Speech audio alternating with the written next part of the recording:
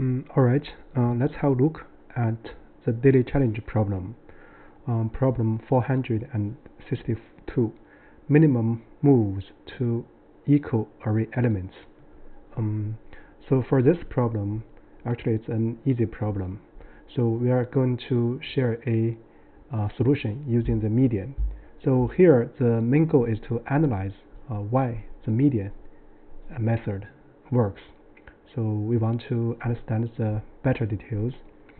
So, and in a later video, we are also plan to explain it using binary search idea.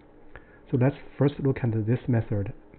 So I will first go through the statement of the problem and then analyze the problem. I write the code. So given an integer array called nums of size n, so return the minimum number of moves required to make all array elements equal.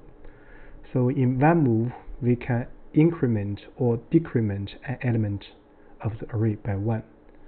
So in example 1, so there's a way to make it all equals to 2 in the final state. So we increment 1 by 1 and we decrement 3 by 1. So we get 2, 2, 2.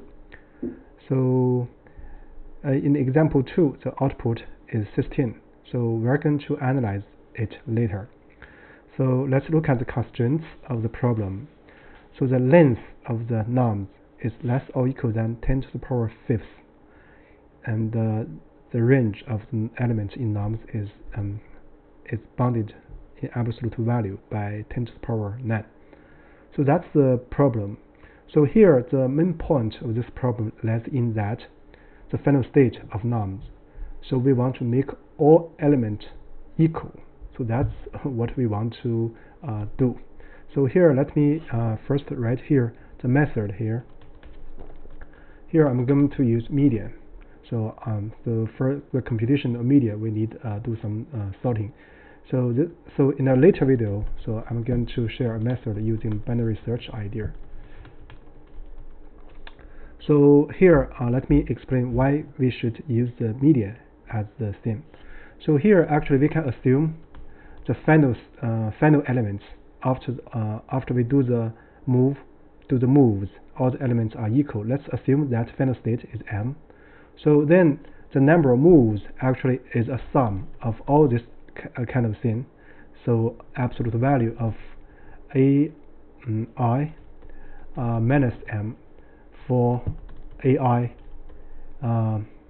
in the nums array. So that's the thing we are going to compute.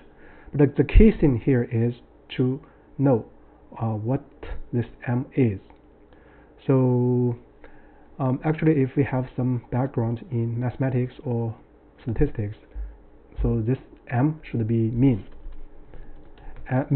So m should be the median of the array nums. So the question is why?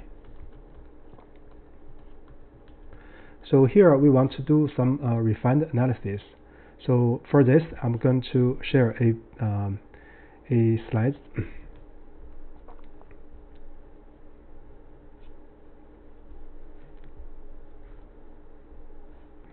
So let me make it full. So here the question actually is this.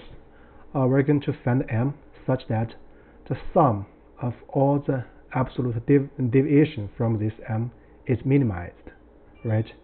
So that's the statement of the problem or the goal. So we want to find which m does the job. So for this purpose, we can define this m by the sum of these absolute deviations from m, and then we can do a square and then take a square root to make some trivial transformations so that we can easily compute the derivative. So in order to minimize this with respect to m, we compute the derivative of f with respect to m. So then by the chain rules, so we can get this first term, and then we compute the derivative. The inner side is 2 times m minus ai. So the first part actually is nothing but 1 over the absolute value of ai minus m, or m minus ai, the same. Then times m minus ai. So overall, we get a summation with the elements in the array.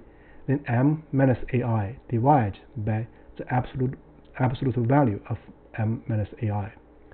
So up to this point, some people may suspect, so should we worry about the zero division problem?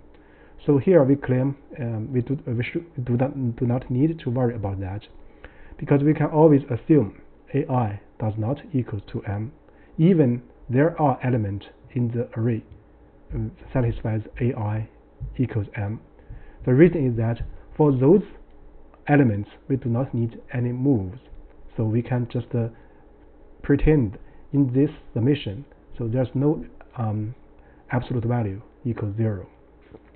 In other words, this equality is always true, is always valid, so no zero division problem. So then the one expression divided by its absolute value is nothing but a sign of this expression. In other words, either positive 1 or negative 1. So the question then comes how to make f prime equal 0 so that we can minimize the summation. The answer is we want the simple.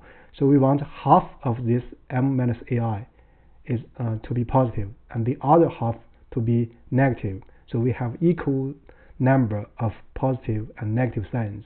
So together they get 0. So with that said, what number can do this job? This is exactly the median, right? So the numbers less than the median is a half of the in the array, and the numbers greater than the median m is another half. So there are some they can be equal, but it does not play an essential role. So with that said, we know we are going to compute median and then get output the summation. So that's actually the main point of this problem. So now let's come back to the code. So with that said, we are going to compute the median. So this solution here is divided into two steps. First is compute median. So for the computation of median, we need to do sort. So nums sort. So after sort, the median is defined like if the length of nums is even, we choose two terms and then do the integer division. So if it's an odd length sequence, we just pick the middle elements. So now we are going to if let's first track the length of this nums. So if n modulo 2 is 0, in other words, the length is even, we're going to get the middle two terms and then divide by 2. So this is 1 and plus another one divided by 2, then minus 1. You can check this 2 are the two terms where we need. Then we do integer division by 2. So otherwise, we are going to set median equals the middle element of this array nums. So by this, we have computed the median.